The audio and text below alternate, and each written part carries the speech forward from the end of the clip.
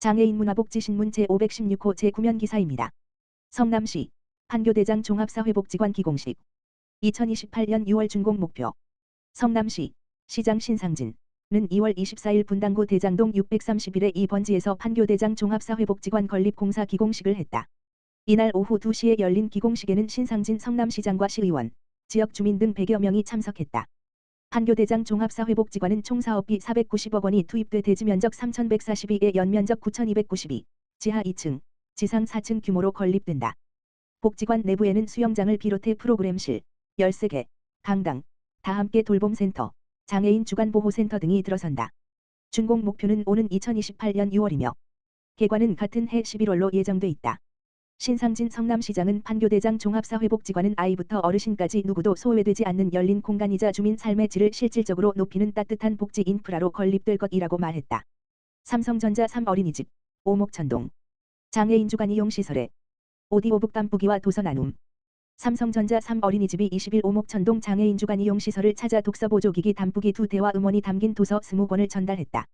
이번 기탁은 어린이집 보육교사들이 참여한 동화 낭독 재능기부 활동 다함께 성장 프로젝트의 결과물이다. 교사들이 목소리를 담은 오디오북을 지역사회와 나누기 위해 추진했다. 독서 보조기기 담보기는 사용자가 책을 소리로 접하며 쉽게 학습할 수 있도록 돕는 기기다. 함께 전달한 유아용 그림책 낭독 음원 도서와 더불어 주간 이용시설 이용자들의 독서와 학습 접근성을 높이고 정서적 안정과 문화 향유 기회를 확대하는 데 도움이 될 것으로 기대된다. 송지현 삼성전자 3어린이집 원장은 보육교사들의 따뜻한 마음을 담은 오디오북과 도서가 아이들이 책을 더 친근하게 접하는 계기가 되길 바란다며 지역사회와 함께 성장하는 나눔 활동을 이어가겠다고 말했다. 성남시 언제 뭘 신청하지? 고민 줄여줄. 신혼부부 복지 안내 리플릿 나왔다. 성남시 시장 신상진은 20일 신혼부부와 예비 부모를 위한 생애주기별 복지 지원 사업을 한눈에 확인할 수 있는 안내 리플릿 성남에서 신혼부부가 사는 법을 제작해 배포한다고 밝혔다. 이번 리플릿은 신혼, 임신, 출산, 육아의 단계별로 흩어져 있던 지원 사업을 하나의 흐름으로 정리한 것이 특징이다. 지원 제도가 있는 줄은 알지만 언제 무엇을 신청해야 하는지 모르겠다는 시민 의견을 반영해 생애주기 순서에 따라 지원 대상 내용, 금액, 신청 방법, 문의처를 일목요연하게 담았다. 리플릿에는 신혼부부 대상 난임부부 시술비 지원, 예비 신혼부부 건강검진, 임신 사전 건강관리 지원, 임산부 등록관리, 고위험 임산부 의료비 지원, 출산장려금, 산모 신생아 건강관리 지원, 산후조리비 지원, 아동의료비 본인부담 100만원 상한제, 해님달림 놀이터 아빠 육아휴직 장려금, 다자녀가구 전세자금 대출이자 지원, 한부모가족 아동양육비 지원 등 주요 사업이 망라되어 있다. 특히 난임 시술이 중단된 경우에도 별도 의료비를 지원하고 100일의 예방접종을 임산부 본인뿐 아니라 배우자, 양가 부모까지 확대 적용하는 등 사각지대를 줄이기 위한 세부 사업까지 빠짐없이 수록해 실용성을 높였다.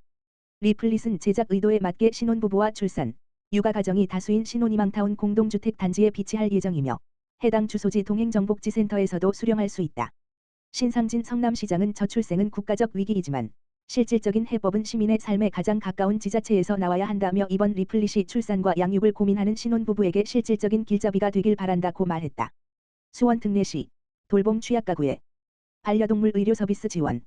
수원 특례시 시장 이재준은 돌봄 취약가구의 반려동물 양육 부담을 덜고 동물 복지를 강화하기 위해 2026년 돌봄 취약가구 반려동물 의료 서비스 지원 사업을 추진한다. 지원 대상은 수원시에 주민등록을 두고 실제 거주하며 본인 명의로 반려동물을 등록해 기르는 기준 중위소득 85% 이하 가구다. 저소득층, 중증장애인, 한부모가정, 다문화가정, 1인 가구 등이 포함된다. 경기도 공공임양기관에서 국가봉사동물을 입양한 경우는 소득과 관계없이 지원한다. 보호자 1명당 2마리까지 신청할 수 있다. 동일 동물은 의료 돌봄 장례 지원 또는 노령동물 종합건강검진 중 한 가지 항목만 선택해 지원한다. 의료 돌봄 장례 지원은 마리당 최대 16만 원. 초과비용 자부담, 노령동물 종합건강검진은 최대 32만 원, 초과비용 자부담까지 지원한다. 노령동물 검진은 2019년 12월 31일 이전 출생한 반려동물에 한한다. 의료 지원에는 백신 접종, 중성화 수술, 기본검진 치료비 등이 포함되고 돌봄 위탁비와 장료 서비스도 지원한다. 노령 반려동물은 종합건강검진을 받을 수 있으며 모든 서비스는 관내 업체를 이용해야 한다. 신청 기간은 3월 3일부터 11월 30일까지다. 서비스 이용 후 신청서와 서류를 갖춰 수원시 반려동물센터 동물정책팀, 영통구 광교호수로 234, 수원시 반려동물센터 3층에 방문 또는 등기 우편으로 제출하면 된다.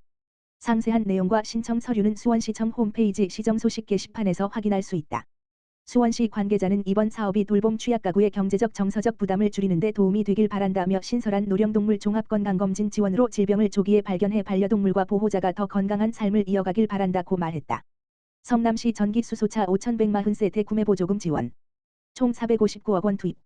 성남시 시장 신상진은 올해 전기수소차 5,140세대에 대해 차종별 구매보조금을 지원한다고 20일 밝혔다.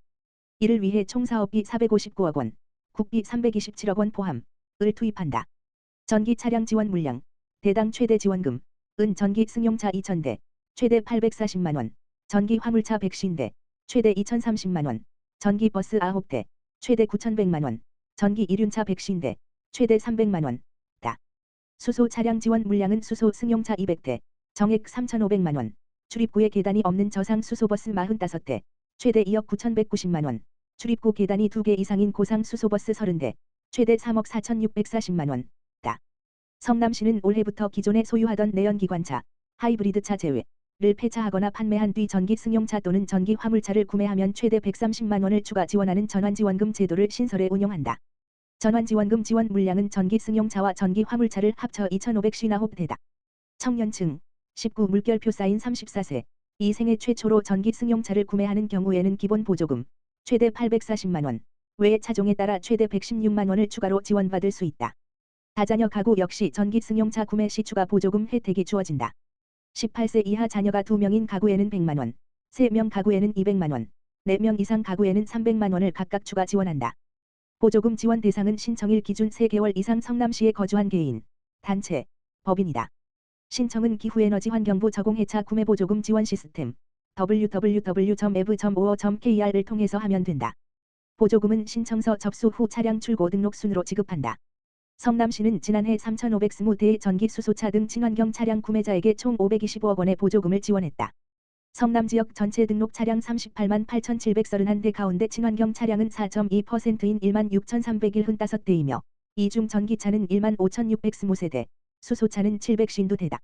성남시 해빙기 대비 건축공사장 안전점검. 성남시 시장 신상진은 해빙기를 맞아 건축공사장 안전사고 예방을 위한 현장 점검을 실시한다고 밝혔다. 이번 점검은 2월 중순부터 3월 초까지 진행되며 집안 침하로 붕괴 우려가 높은 현장과 지하 굴착 공정이 진행 중인 대규모 건축 공사장을 중심으로 추진된다. 점검은 시 지역 건축안전센터를 중심으로 토목 분야 전문가와 함께 합동 점검반을 구성해 실시한다. 주요 점검 내용은 기초 집안 절토부 굴착 사면 변형 여부 흙막이 지보공, 거푸집, 동바리 등 가시설 설치 상태 비계 등 외부 가설 구조물의 안전 상태 건설 기계 장비 작동 상태 및 안전장치 이상 유무 해빙기 안전관리 계획 이행 여부 등이다. 점검 결과 경미한 사항은 현장에서 곧바로 시정하도록 조치하고 중대한 위험 요소가 확인될 경우 공사를 중지한 뒤 보완이 완료된 이후 재개하도록 할 방침이다. 즉시 개선이 어려운 사항은 위험 요소가 해소될 때까지 지속적으로 관리한다. 성남시 관계자는 해빙기는 집안이 약해져 안전사고가 발생하기 쉬운 시기라며 철저한 현장 점검을 통해 시민과 근로자의 안전을 확보하는 데 최선을 다하겠다고 말했다.